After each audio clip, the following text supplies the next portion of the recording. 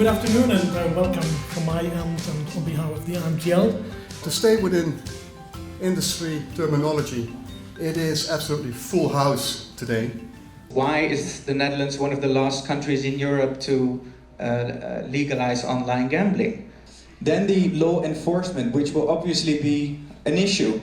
Let me be very clear about the gaming authority. We will give them the powers they need. So we have a good track record when it comes to law enforcement. And everybody who wants to challenge that, I say, see you in court.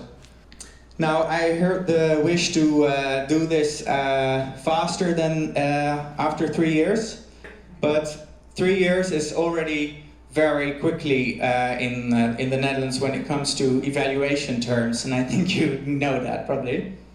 I say, of course, the sooner the better, because I wanted to introduce a low tax rate from the beginning.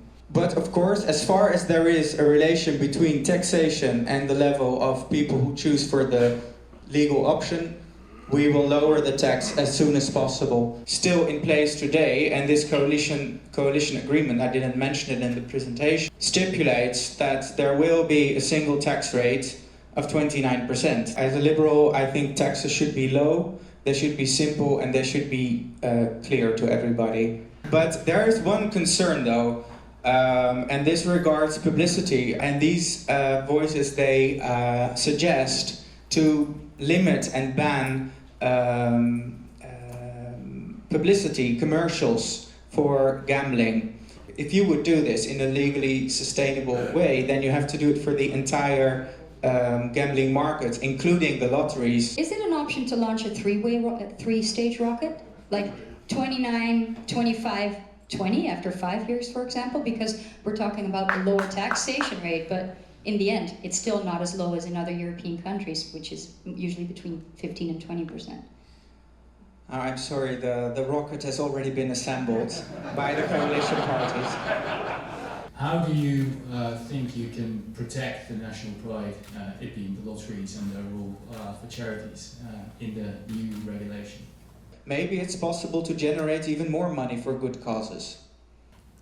Many factors decide the attractiveness, but I've been told that the payout ratio may be the most important factor. I think that 2 years will be enough to evaluate whether the channelization is good enough. And if it's not good enough, please lower it as quickly as possible. Maybe I will ask both questions by the example of the Spanish regulator. They say it's not sustainable to put that much effort in enforcement, and I agree with that. Enforcement, ladies and gentlemen, is very expensive. I think we should take away we should use the way that people look at the lotteries, because I think it's very good and they do a lot of good. They give a lot to charity, they pay tax as well. But then we should use the other parties like PokerStars, Unibet, all the other parties that are here as well today, to make sure that this channelization works and that we can invest in sports. I think it's very brave after the last weeks that Jeroen is going to speak here and explain why it was good of me to vote VVD. It's very important that there's a site where you can find your deposit the next time you go online, if you haven't gambled it off. But that's very important. Obviously, it's important to have good payout ratios. Otherwise, I think definitely in Holland, we're pretty cheap, as you all might know. So for the future especially, I think that the consumer is going to be smarter and smarter. And they're going to find other ways to go to the illegal sites if they have better offers. That's why I think it's very important that the regulation is good, clear, and not too expensive. Essentially, we're trying to bring together key people within the industry, both domestic operators from the Netherlands, as well as international operators. So looking to make a market entry, government officials, politicians, basically everyone who has an interest in the Dutch market. Well, IMGL is co-hosting this event today with Justin's firm, Kalfgans Fransen.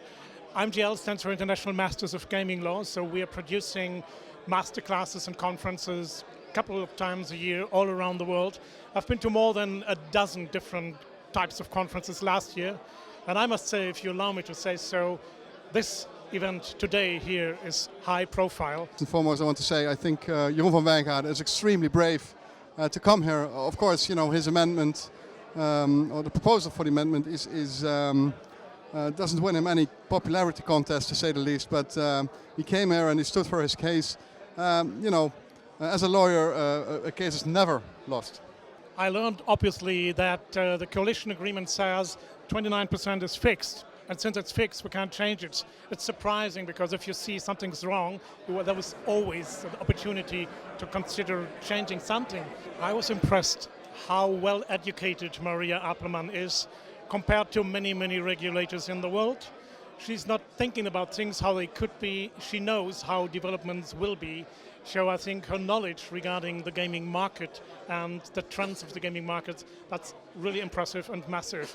I wish we had some of these regulators in other jurisdictions as well.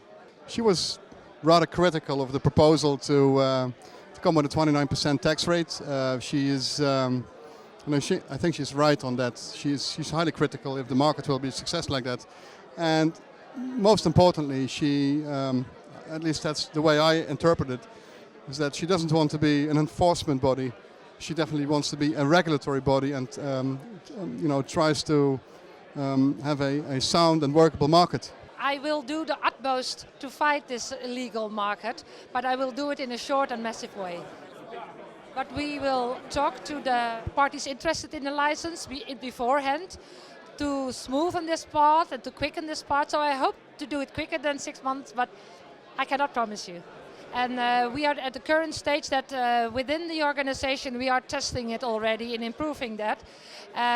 But of course we need to improve it more and maybe adjust it where necessary because of secondary legislation. But we hope to start testing it with potential licensees at the end of this year.